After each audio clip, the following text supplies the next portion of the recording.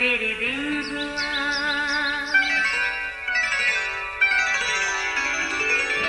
नया फिर दिन हुआ, पुरानी रात का करे सो शुक्र हम खुदा की जात का, खुदा की जात का नया फिर दिन हुआ।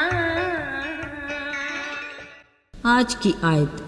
फिर उसने इन 12 को बुलाकर उन्हें सब बदरूहों पर इख्तियार बख्शा और बीमारियों को दूर करने की कुदरत दी, और उनसे कहा, राह के लिए कुछ ना लेना, ना लाठी, ना झोली, ना रोटी, ना रुपया, और ना 2-2 कुर्ते रखना। लूका 9 बाब 1 और 3 आयत। अजीज़ों, बाइबल मुकद्दस का सबसे आसान सवाल, यीशु मसीह के कितने शागिर्द थे? यकीनन हर बड़ा छोटा इस सवाल का जवाब आसानी से दे सकता है। यीशु मसीह ने अपनी ज़मीनी खिदमत में अपने साथ 12 शागिर्दों को चुना। ये सब मुख्तलिफ इखलाक और किरदार के मालिक थे, इनफरादी शख्सियत रखने वाले, तरह तरह के माहौल में बड़े और पले हुए। मगर यीशु मसीह की सहर अंगेज़ और पुरतासीर सोबत में रहकर उनमें गैर मामूली बदलाव आया, क्योंकि 3.5 साल तक यीशु की तमसीलों के साथ तालीम, मौजज़ात की कुदरत और गवाही, उसके आम लोगों के साथ रवैये और सलूक ने इन 12 शागिर्दों को जिस्मानी और रूहानी तौर पर अच्छे से ट्रेन कर दिया था। जब ये थ्योरी में अच्छा खासा सीख चुके, अब यीशु उन्हें प्रैक्टिकल में भी मजबूत बनाना चाहता था।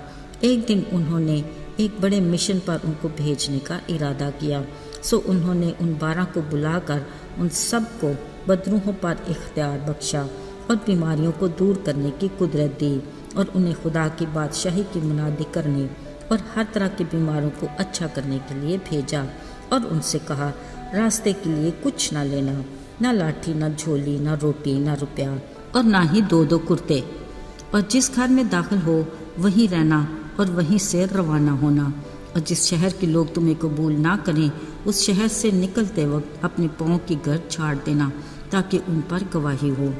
माहिर उस्ताद की बड़े मिशन पर रवाना होने से पहले ये ख़ास हदायत थीं जो उन्होंने अपने शागिर्दों को दी। पस वो रवाना होकर गांव-गांव खुशखबरी सुनाते और अपने दिए इख्तियार के मुताबिक हर जगह शिफा देते फिरे। अज़ीज़ों, बिलाशुबा किसी भी मिशन पर रवाना होने से पहले एक प्लानिंग की जाती है कि रिहाइश कहाँ होगी, खाने पीने का क्या इंतज़ाम होगा, बाकी ज़रूरियात कैसे पूरी होंगी वगैरह। ऐसा ही है ना?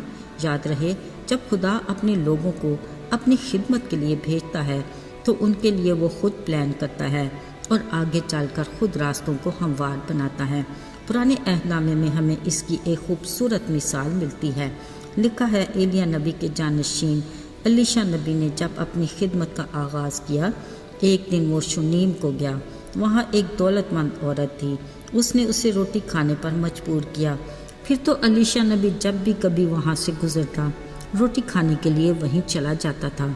सो उसने अपने शौहर से कहा, देख, मुझे मालूम होता है कि ये मर्द खुदा जो अक्सर हमारे पास आता है मुकद्दस है, क्यों ना हम उसके लिए एक छोटी सी कोठड़ी दीवार पर बना दें और उसके लिए एक पलंग, मेज़ और चौकी और शमादान लगा दें, ताकि जब कभी वो हमारे पास आए तो वहीं ठहरे। अब जब कभी एलीशा नबी उधर आता तो उसी शोनीमी औरत के यहाँ उस कोठरी में चला जाता और वहीं सोता था। मेरे अजीज़ों, ऐसे हैं खुदा के इंतज़ाम जो वो अपने खिदमत गुजार लोगों के लिए करता है, ताकि उनको किसी चीज़ की कमी ना हो और खिदमत का काम अच्छे से सर अंजाम दिया जा सके। याद रहे, खुदा की खिदमत गुजारी के ये सिलसिले इस दौर में भी जारी और सारी हैं, क्योंकि आसमान की बादशाही की मुनादी का काम किसी सूरत भी रुकता नहीं और ना ही रुकना चाहिए। मगर माजरत के साथ आज के दौर के अक्सर खिदमत गुजार अपने मिशन पर रवाना होने से पहले खुद ही अपनी प्लानिंग करते हैं। 5 स्टार होटल में अपनी रिहाइश और खाने पीने का इंतज़ाम कई रोज़ पहले से ही किया जाता है। ये कोई ढकी छुपी बात नहीं, ज़ुबाने ज़दे आम हैं ये किस्से और चश्मे फलक इसकी गवाह है। मगर खुदा की बुलाहट के मुताबिक उसकी खिदमत के लिए चुनिंदा खादम खुदावंद के हुक्म से उनकी प्लानिंग से रवाना होते हैं, जिनके लिए शुनीमी औरत उनकी खिदमत के लिए तैयार रहती है। यकीनन ऐसी खिदमत پھلدار ثابت ہوتی ہے، جو اس مقولے پر چلتے ہیں کہ میں گھٹوں اور مسیح بڑھے۔ یہی اس کی خدمت کا معیار ہے اور اجر پانے کا اصول بھی یہی، کیونکہ خود اس الہی ذات کی خدمت کا اصول حلیمی اور خاکساری رہا، جو اپنا جلالی تخت اور شان چھوڑ کر ایک سرا کی چرنی میں پیدا ہوا، متوسط گھرانے میں پلا بڑھا، اپنی زمینی خدمت کو بڑی وفاداری سے پورا کیا، پھر بنی نوع انسان کی نجات کے لیے اذیت ناک صلیبی سفر گوارا کیا، لعنتی موت قبول کی، دفن ہوا اور تیسرے دن کتاب مقدس کے مطابق بڑی قدرت کے ساتھ قبر اور موت پر فتح پا کر زندہ ہوا، یوں اپنے باپ خدا کے مشن کو پایا تکمیل تک پہنچایا۔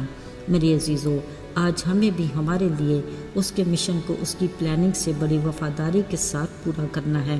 جب ہم آسمان کی بادشاہی کی منادی کے لیے نکلیں گے، یقیناً وہ ہمارے لیے کسی شونیمی عورت کو تیار کرے گا، فقط ہمیں اس کی پلاننگ سے آگاہ ہونا اور اس پر عمل کرنا ہے۔ آئیے دعا کریں۔ زندہ جلالی آسمانی باپ، لشکروں کے رب، ہم تجھے مبارک کہتے ہیں کیونکہ تو ہی عزت اور تعظیم کے لائق ہے۔ تو وہ معبود ہے جو زندہ ہے اور آسمانی بادشاہی میں داخل ہونے کا واحد راستہ۔ ہمیں اپنی صلیب اٹھا کر اپنے نقش قدم پر چلنے کی ہمت دے اور ہماری رہنمائی کر۔ یسوع کے فتح مند اور جلالی نام میں آمین۔